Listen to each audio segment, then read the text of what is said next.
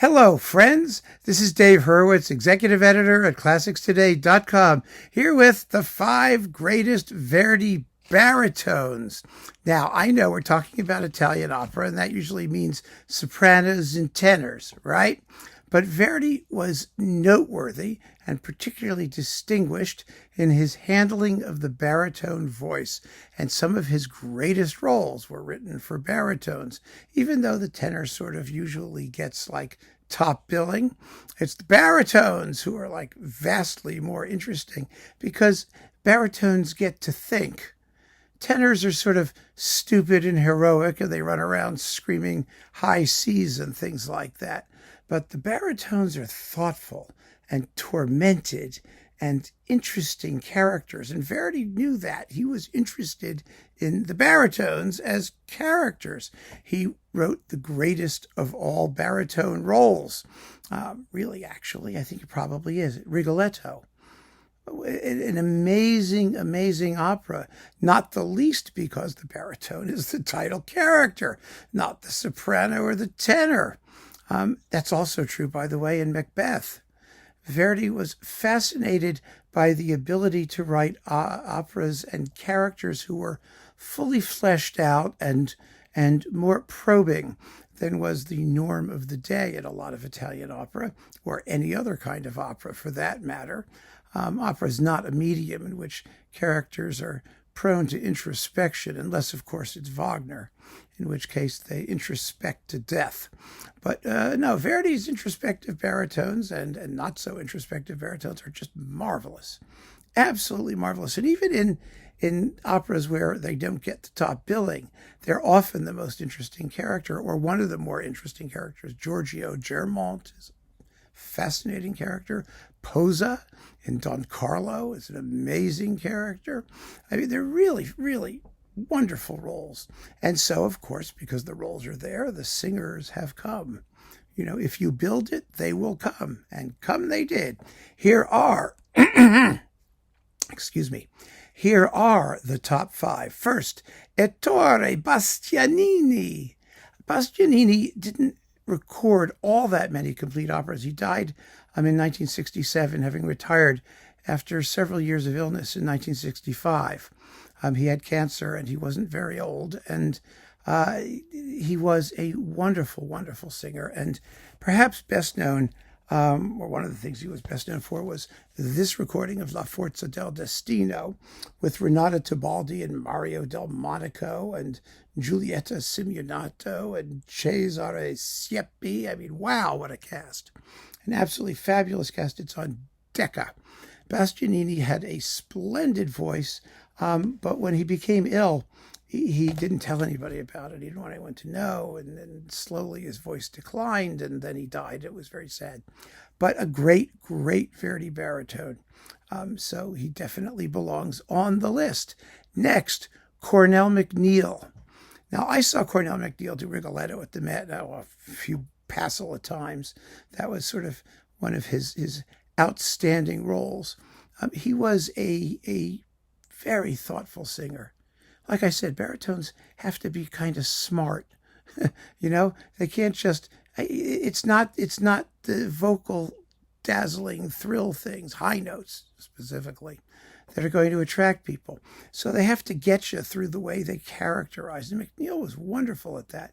And one of his finest roles, it's one that people don't know very well, but it was the role in which he made, I think, his first huge success, was as Miller in Louisa Miller, an opera that's not at all well known. It still isn't well known.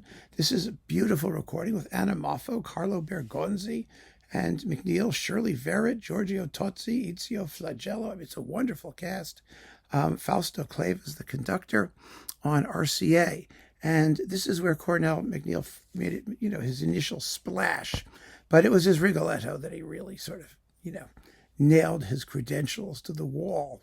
He was a fabulous Rigoletto. I mean, I saw him, I think, 4 or 5 times do it at the Met. Once with Joan Sutherland, which was like amazing. I mean, it was just tremendous, if my memory serves.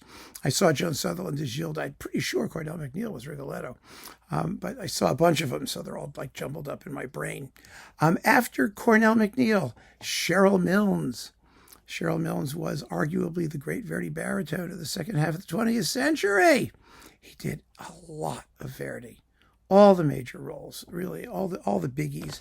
And maybe his greatest one was this one, Macbeth. I mean, he was, Count de Luna and Trovatore. Everybody wanted Milnes to do the Verdi baritone roles. He was just sensational. But this Macbeth is just dazzling. He is absolutely, totally focused in the most powerful possible way. This is the Muti recording, which is exciting beyond belief. It's every bit as good as the famous Abato. It came out around the same time. And everybody, went for Abato and sort of ignored this one, which was a shame because it's even more exciting. Abato's is also wonderful too, don't get me wrong. But you've got Milnes, Fiorenzo Casado as a screaming demon as Lady Macbeth, Rogero Raimondi, Jose Carreras, just a great cast.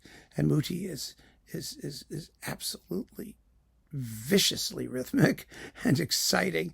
The whole thing is tremendous. He's obsessed, he's puzzled, he's mournful, he's thoughtful. His wife is egging him on. He's hallucinating. He's doing, oh my gosh, it's just phenomenal. So that's that. Next, after Sherrill Milnes, Tito Gobbi. Now, Gobbi was, he's best known as Scarpia in the famous Callas Tosca, and he was best known, actually, as the partner of Maria Callas. He appears on a lot of those Callas recordings because he was a baritone who could hold his own with her.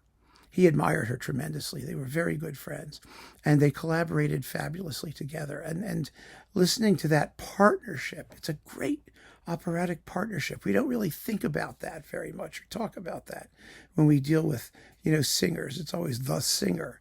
But there were great collaborations in the world of opera, and Gobbi and Callas was definitely one of them. His Scarpia was not just, sort of a wicked, demon with a twirling mustache. He was thoughtful and brilliant, and he could do comedy.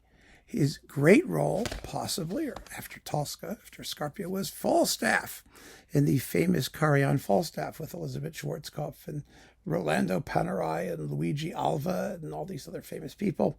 Really, Anna Moffo, Nan Merriman, Fedora Barbieri. It's a great Falstaff. And he is a great Falstaff. An absolutely phenomenal Falstaff. A guy with just brimming with character and cleverness and wit, and his use of words is fabulous. His voice was not as beautiful as some of the other guys here. It was a little dry, but it was the way he used it. It was kind of like Maria Callas. The voice was unusual, but because he was a great singing actor, we believe everything that he does. And he also became an operatic producer, and he appeared in films.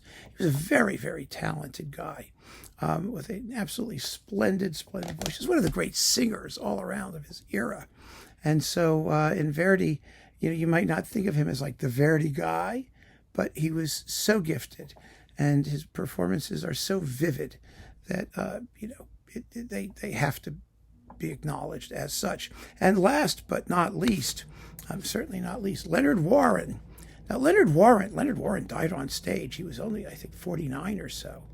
He was in the middle of La Forza del Destino or something. He was singing an aria about death, and he dropped dead. It was really quite scary. So his discography is not as large as some of the other folks here. But his voice was just outstanding. Maybe one of his most famous performances, let's put it this way, is the Conte di Luna in Il Trovatore in this recording. That was originally on RCA. This is Naxos Historical, but it's available on RCA with Jussi Björling, Zinka Milanov, and Fedora Barbieri as Azucena. It's an amazing Trovatore. He later recapitulated that role in the first Leontine Price recording of Il Trovatore. He had an absolutely beautiful voice. It was just lovely. And also great thoughtfulness and intelligence in his handling of text. He was enormously popular, and rightly so, beautiful, beautiful singer who made a big splash in Verdi roles before his untimely passing. So there you have it, the 5 greatest Verdi baritones. Some of you may have others you want to mention. I think you're going to be hard-pressed to beat this lineup, although I can think of a couple, I think, who could possibly be on the list. But you'll tell me, won't you? So let me have your list, and keep on listening, friends. Thanks for joining me. Take care.